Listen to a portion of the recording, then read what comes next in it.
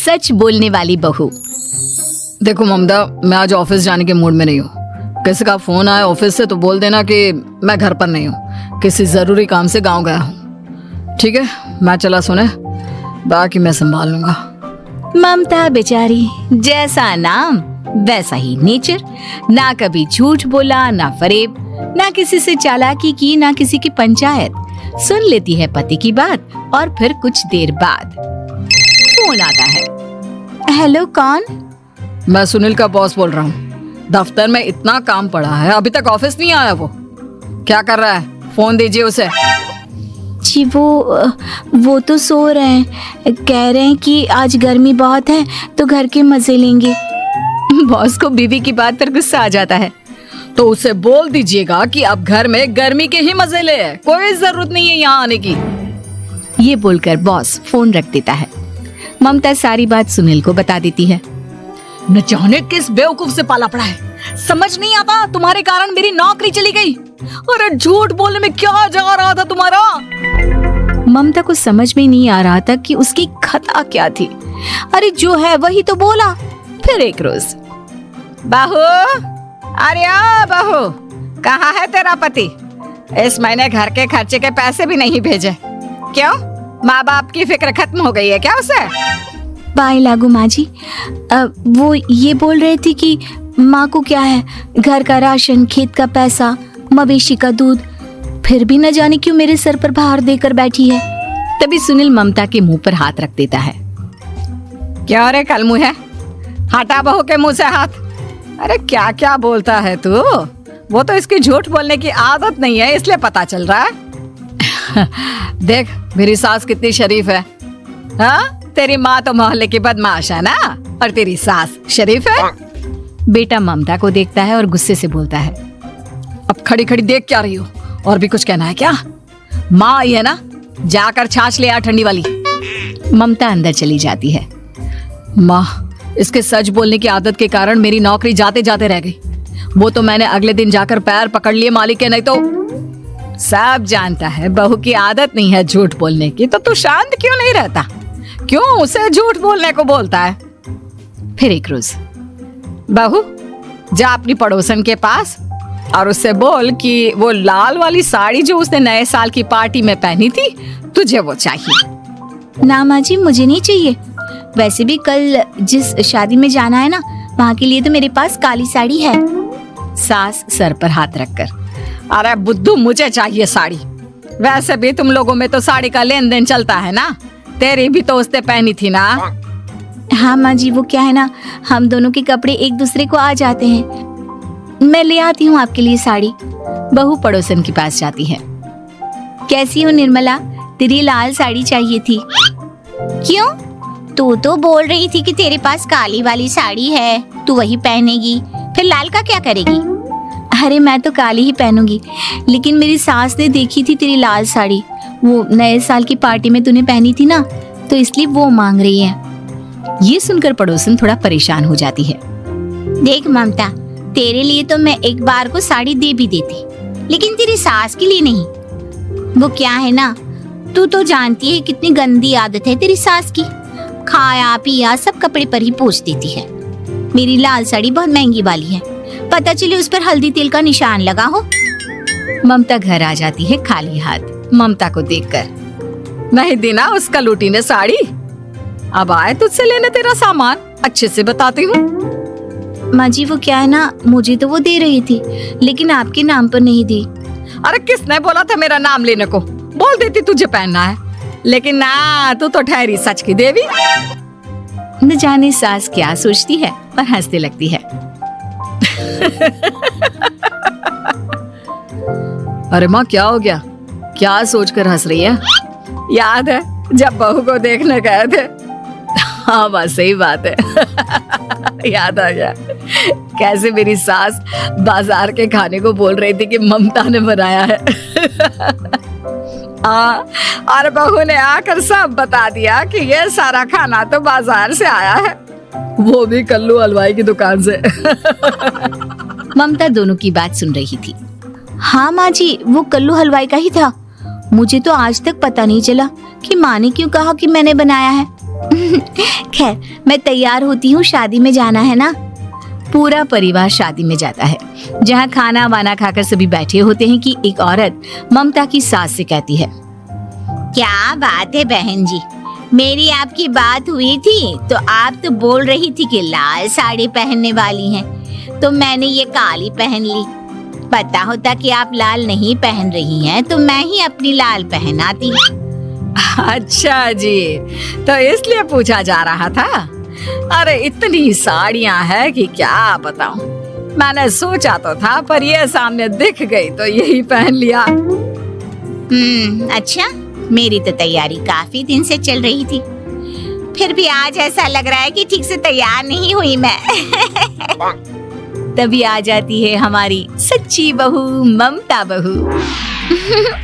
Aunty जी, वो क्या है ना, पड़ोसन की लाल साड़ी माँ जी को पहननी थी, लेकिन आप तो जानती है माँ जी की आदत, सारा खाया पिया कपड़ों पर ही पोंछ देती है, तो उसने साड़ी देने से ना ऐन वक्त पर मना कर दिया, तो अब इन्होंने ना मेरी साड़ी पहनी है। औरत ममता की सास को घूरती है। अरे मांग कर ही साड़ी पहननी थी क्या? हम जैसे तो खुद की ही साड़ी पहनते हैं, चलो चलते हैं। सास का गुस्सा अब ममता पर फूट पड़ता है। अरे क्या जरूरत थी ये बात सबसे कहने की? अरे घर की इज्जत का कोई ख्याल है कि नहीं तुझे? हाँ, मैंने क्यों बोल दिया माँ जी? मुझे क्यों डांट रही है? मेरी गलती क्या है? ममता को रोता देख सुनील आ जाता है। अरे माँ, क्या हो गया? पता है ना शादी का माहौल है। सास सारी बात बेटे को बता देती है। देख रहा है तेरी बहू का हाल। अरे इस लड़की को तो ये भी नहीं पता कि कब कहाँ क्या कैसे बोलना है। अरे लेकर जा इसे यहाँ से। सभी घर आ जाते हैं। सास का मुंह तो फूला ही रहता है कि एक दिन। चलो बेटा, बहुत दिन तुम लोगों के साथ रह ली, अब चलो। वैसे भी ऐसी बहू के साथ समय कैसे कटे, जो ना झूठ बोलती है ना लोगों की चुगली करती है। अरे गाँव में ही ठीक हूँ मैं, कम से कम 4 घर की खबर तो मिलती रहती है, वो भी मसाला डालकर। कैसी बात कर रही है माँ? अभी तो आई है, रह जाना, कितना अच्छा लगता है तेरे रहने से घर। तभी ममता आ जाती है। अच्छा लगता है, लेकिन आप तो बोल रहे थे कि न जाने कब तक रुकेगी, जाने का नाम ही नहीं ले रही। जाए तो कम से कम घर में थोड़ा सा फ्री सा तो फील करूं, यही बोल रहे थे कल माँ जी आपके लिए। सास बेटे को देखती है, लेकिन क्या कहती बेचारी, जब अपना ही सिक्का खोटा हो। चली जाती है चुपचाप गांव। फिर एक रोज घर की घंटी बजती है। सामने खड़ा होता है सुनील का बॉस। सुनील है क्या घर में? वो क्या ना, मैं यहाँ से गुजर रहा था तो सोचा थोड़ा ऑफिस का काम डिस्कस कर लूं। ममता कुछ कहती कि तभी वहाँ सुनील आ जाता है। अरे बॉस, आप आइए आइए। क्या बात है, घर तो बहुत सुंदर है। वैसे भाभी जी, आपकी खूब बातें सुनी है कि आप कभी झूठ नहीं बोलती। ये तो पता नहीं, लेकिन हमेशा सर कुछ न कुछ ऐसा बोल देती हूँ जिससे परेशानी हो जाती है। मैं ऐसा नहीं चाहती, लेकिन क्या करूँ। खैर, बॉस कुछ देर रुकता है, काम की बात होती है। ममता के साथ सब चाय पीते हैं और जैसे ही बॉस जाने को मुड़ता है कि क्या जी, कितने नेक इंसान है, फालतू ही आप खड़ूस और निकम्मा बोलते हैं इन बॉस को। अब क्या, बॉस के कान तक खुद के लिए अनमोल वचन पड़ जाते हैं और फिर ओह, तो ये बात है। और क्या कहता है ये? अरे बॉस, आप भी किसकी बात पर विश्वास कर रहे हैं? अरे इससे तो ये भी नहीं पता कि आलू प्याज कहाँ रखा है। अरे ये क्या जाने क्या बोलना है क्या नहीं बोलना है। मतलब जो मुंह में आ रहा है बोले जा रहा है। भाभी जी आप बताइए। नहीं बॉस, लग रहा है कि कुछ गलत बोल गई मैं। वैसे ये सिर्फ इतना ही बोलते हैं कि आप में कोई टैलेंट है ही नहीं, आपकी नौकरी इन्हीं के कारण तो बची हुई है। अरे बस कर ले अम्मा, अब क्या करवा कर मारेगी, बड़ी मुश्किल से तो नौकरी बची थी मेरी। सही कहा, बची थी लेकिन अब निकल गई। तेरे टैलेंट के भरोसे चल रही है ना मेरी नौकरी, अब देख तू। अच्छा, तो आप भी यही मानते हैं? वैसे ये बात तो है, सुनील काफी टैलेंटेड है। बॉस चला जाता है। सुनील सर पकड़कर बैठ जाता है।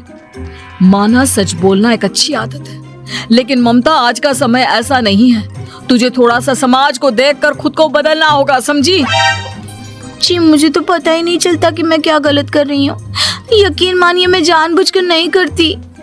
सुनील सोच लेता है कि वो किसी न किसी तरह अपनी बीवी के इस भोलेपन का इलाज करके रहेगा, लेकिन सवाल ये कि कैसे का जवाब अब मिल जाता है। और फिर एक रोज ममता की माँ आती है।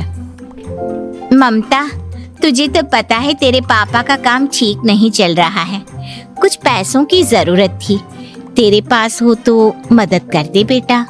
ममता माँ को घर खर्चे से बचाए पैसे दे देती है। पैसे देने के बाद सुनील आ जाता है। अरे सासू माँ, आज यहाँ कैसे आना हुआ? नहीं बेटा, वो ममता की याद आ रही थी ना तो आ गई। वो क्या है ना, पता है पापा का काम ठीक नहीं चल रहा है तो माँ कुछ पैसे लेने आई थी। क्यों? यहाँ क्या पैसे का पेड़ उगा है? अरे कौन सी माँ अपनी बेटी के ससुराल का खाती है? कोई जरूरत नहीं है पैसे देने की। वापस कर दो माँ जी पैसे और निकलो यहाँ से। आगे से यहाँ पैसे लेने नहीं आना। सुनील ये बोलकर निकल जाता है। उसके जाने के बाद, बेटा ममता, तूने मेरी बेइज्जती कराने के लिए यहाँ बुलाया था क्या? अरे छोटा सा झूठ बोल देती तो तेरी माँ की इज्जत बच जाती, लेकिन चलती हूँ मैं।